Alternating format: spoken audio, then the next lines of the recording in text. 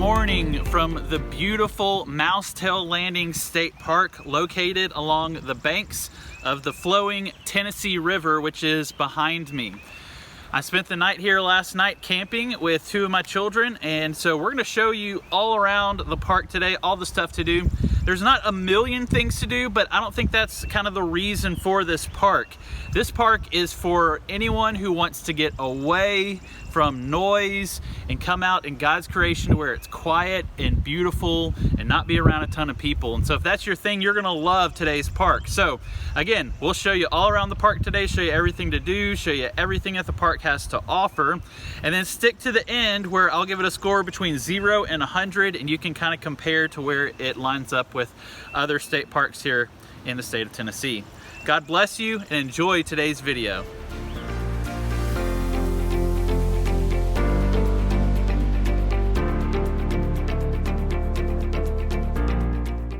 Moustail Landing is located on the banks of the beautiful Tennessee River, and as you see in this drone shot that I got, there's just a few little hills that make it absolutely beautiful. Lots of wildlife to experience and see with your own eyes, and a lot of natural beauty. Down there at the water, there were millions of these wildflowers growing right there next to it. I also found this giant, one of the biggest ones I've ever seen in my life, mushrooms growing by the river as well. Throughout the park, there's lots to see. These beautiful little forest wildflowers growing along the roadside. And of course, you have the beauty of the river and all that entails as well. While at the river, we also had a chance to find this lizard running around. My daughter got so excited about that. But something that was really cool that we got to see were a pair of bald eagles circling around looking for some fish. I thought this park was very beautiful and really declared the glory of God. So I'm going to give natural beauty a 9 out of 10.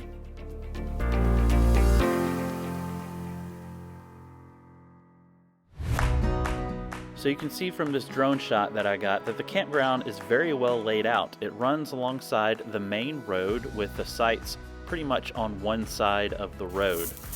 All your normal hookups, your fire pits and your grills and your picnic tables and your electricity are all there on site, and I thought that it was pretty well laid out.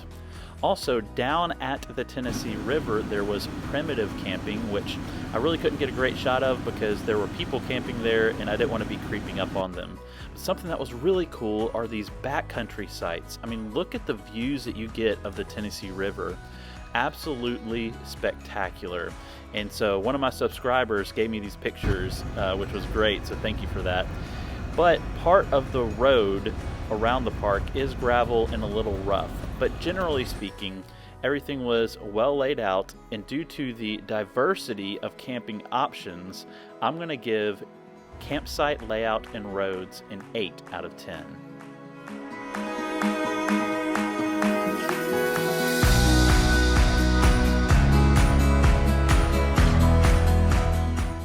There by the Welcome Center is an aviary filled with birds, which are really cool to look at. And there's also a ton of playgrounds kind of spread throughout the park. And so my kids had so much fun swinging and playing there at the different parks. Also, you have plenty of access to the river and all the estuaries and tributaries from the river, which was great, including all of your normal day activity stuff like your picnic tables and your fields and just kind of some open space where you can play around and make a day trip out of it. Also really cool is they have this archery range, so if you're into archery, come check it out. Really cool place right there on the Tennessee River and lots of little things to explore.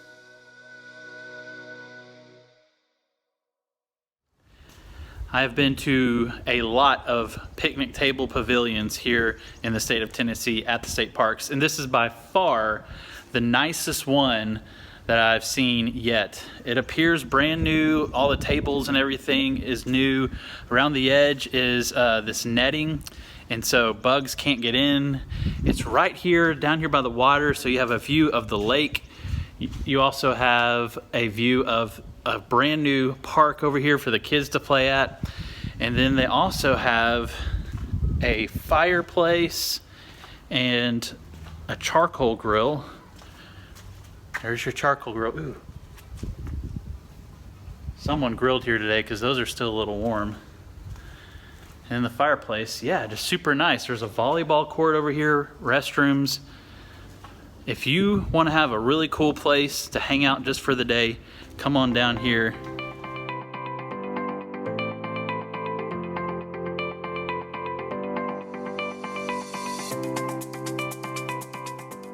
One of the coolest activities in my mind was the beach. This beach is open year-round, so if it's colder outside, you can play in the sand, and if it's warmer, you can get in the water and dip your toes. And we saw families swimming to the little island nearby. But a really cool activity for little kids and older kids alike, and for the grown-ups out there. Give you a few minutes just to have some quiet thoughts alone with the Lord.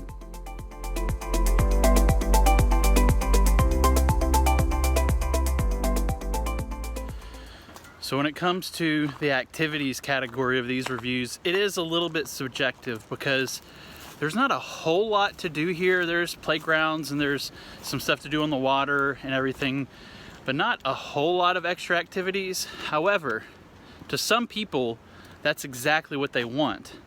And that's one of the things I love about state parks is the opportunity to not do a whole lot, to relax, to have a few quiet moments alone with the Lord and enjoy His creation. And so while there is a lot to do here, there's not an insane amount compared to some of the bigger parks, but I think that's part of the charm, and I think that's what gives this park something special, is that it is so quiet and unique and beautiful, and to me that would actually add points to this category. So something really cool about Moustail Landing is the amount of streams that they have, and this stream right here is, 3 or 4 inches deep, and a perfect place for little kids to dip their toes in and to splash and to do some exploring. I've seen several of these across the park, and they're actually pretty spread out. So find a spot like this, which is really pretty, just to cool off your toes. Also by the beach is a fishing pier and all of your lake activity stuff. But something that we thought was really cool was this birds of prey demonstration that the park ranger gave us. It was really cool. My kids got pictures with the different birds. It was informative. The park ranger was awesome.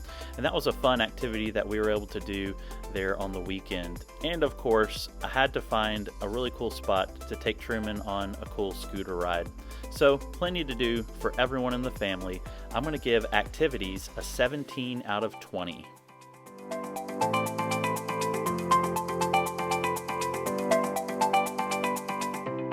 The restrooms there at the Welcome Center were very nice, very clean, and very up to date. The restrooms throughout the park were a little bit older and a little bit more outdated, especially down there by the water for the public restrooms. At the actual campground, though, the restrooms were shut down due to renovations, so wasn't able to get in there to review that, but they did provide porta potties there on site, so I'm going to give restrooms a 7 out of 10.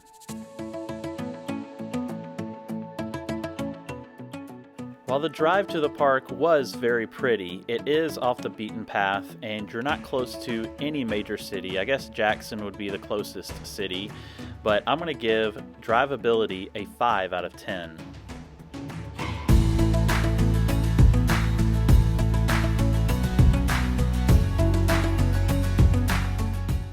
The staff here at the park were awesome. The lady at the Welcome Center was kind and welcoming, gave us helpful hints for enjoying our stay, and the park ranger who did the Birds of Prey presentation was very great as well, so staff gets an 8 out of 10.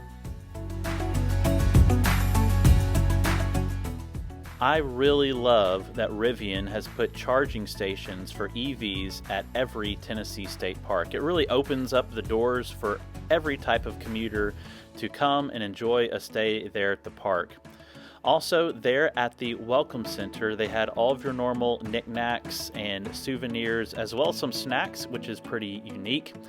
And while you're not near any major city, they did have a pretty good sampling of camping supplies there on site. So I'm going to give nearby amenities a 5 out of 10. I also thought that the park was very unique, very different from others, and it gets an 8 out of 10. Up next is cost. Cost, in my mind, was very good considering all that you got to experience for staying there, and it gets an 8 out of 10. You take everything together, the final score for Moustail Landing State Park is a 75 out of 100.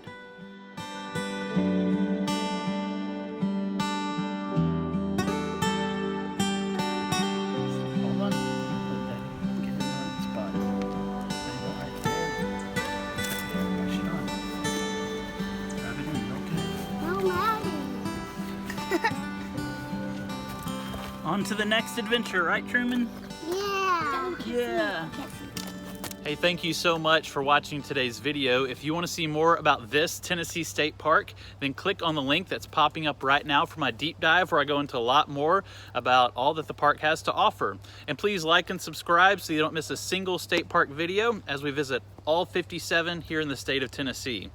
God bless you, and remember, God's creation is meant to be explored.